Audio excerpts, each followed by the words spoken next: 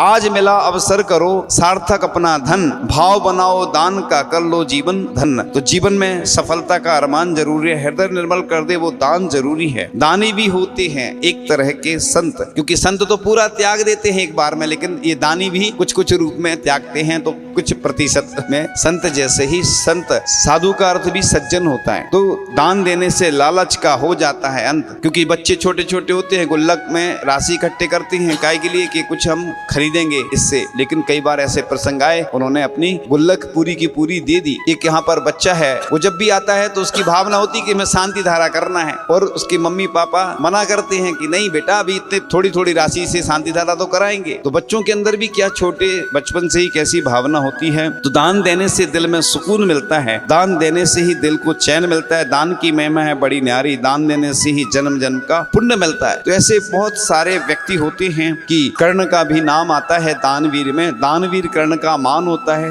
दानियों के गौरव का बखान होता है। जो दान की महिमा को समझ जाता है दुख में भी सुख अनुभव वो पाता है। तो इस प्रकार से दान की महिमा गाई गई है ग्रंथों में। जिन जिन ने भी दान दिया है उनकी महिमा अपरंपार बताई गई है ग्रंथों में, कि जो पुण्य कमाने का रास्ता है ये बड़ा आसान, खोलें अपनी तिजोरी और कर डालिए दान। दान करे खोल कर दिल, आंखें करके बंद, देख दान वीरता आपकी लिखेगी छंद। छंद में भी बंद होंगे आप जैसे दानवीर कर्णदानी, खाली कर तिजोरी जल्दी से लिख दे कहानी। ये पंक्तियां विभिन्न विभिन्न जगह से उपलब्ध हुई हैं। हम अपनी जीविका का जो हमें मिलता है उससे चलाते हैं, लेकिन हम दान देकर किसी की जिंदगी बनाते हैं। तो श्रेष्ठी जन में श्रेष्ठ है दानवीर सरताज, सदा आपके सर सजे दानपति का साज। तो जो दान देता है उसकी पूरी दुनिया में प्रसिद्धि फैलती है। वो दाता करोड़ों में एक होता है, इसलिए जब भी ऐसे कोई मंदिर आदि के निर्माण हो रहे हो तो बिल्कुल बिना सोचे समझे चर्चा करके ही अपन को ये कार्य करना चाहिए।